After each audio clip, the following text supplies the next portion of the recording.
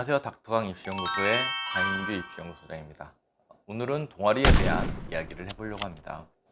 이제 새학기가 되면서 학년이 바뀌고 이제 동아리가 바뀌는 학생들도 굉장히 많이 있죠. 이건 학교에 따라서 좀 다르긴 한데, 특히나 고등학교에 새로 입학한 친구들은 동아리에 대해서 굉장히 많은 고민을 합니다.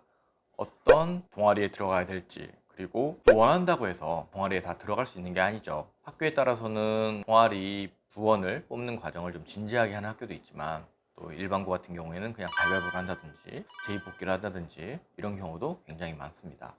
자, 그래서 학생이 본인의 진로랑 연관이 있는 혹은 본인이 원하는 그런 동아리를 선택하지 못하는 경우가 굉장히 많죠.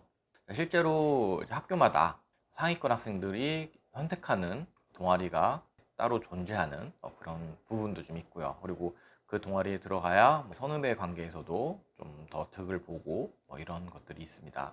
그랬을 때 좀 예를 들어서 설명을 드릴게요.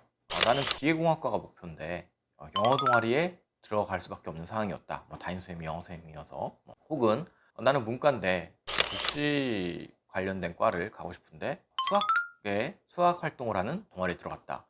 이런 경우가 실제로 굉장히 많죠. 자, 그랬을 때 저는 그 학생한테 전혀 문제 없다 라고 말씀드리고 싶어요. 왜냐면 그 동아리 안에서 본인의 진로랑 최대한 연관 있게 활동을 해주려고 노력을 한다면 아무런 문제가 되지 않습니다. 그리고 오히려 평가하는 입장에서 더 좀 재미있고 색다르기 때문에 괜찮은 부분 같아요.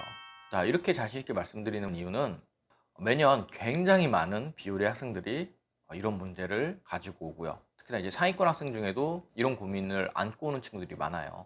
그런 친구들과 자소서 작업을 하거나 스토리 만드는 작업을 해서 입시에 도전했을 때 결과가 동아리에 최적화된 그런 스토리를 가진 친구들이랑 크게 차이가 안 납니다. 결국에는 그 동아리 안에서 학생이 얼마나 진지하게 노력을 했나 이거를 보여주면 되고요. 제 생각에는 대학들에서도 동아리가 개인이 원하는 방향과 다르게 돌아갈 수 있다 이런 걸 잘 알고 있지 않을까 이렇게 생각을 합니다. 그래서 좀 전에 예를 들어드린 것처럼 내가 기계공학과인데 영어 관련 동아리다 라고 했을 때는 내 관심 분야 만약에 기계팔이다 그러면 그거랑 관련된 기사나 논문을 번역해 보려고 노력을 했다든지, 아니면 복지 쪽을 하고 싶은데 수학 동아리다 라고 했을 때는 어떻게 하면 될까요? 통계 쪽으로 좀 틀어서 복지랑 관련된 어떤 통계 결과를 이해해 보기 위해서 아등바등 노력했던 그런 스토리로 간다면 전혀 문제가 없겠죠. 좋은 평가를 충분히 받을 수 있습니다. 그래서 특히 1학년들 아직 개학을 안 했지만 동아리 선택에 있어서 최대한 본인의 전공 적합성을 잘 표현할 수 있는 동아리에 들어가려고 노력을 해보시고요. 그게 안 됐을 때는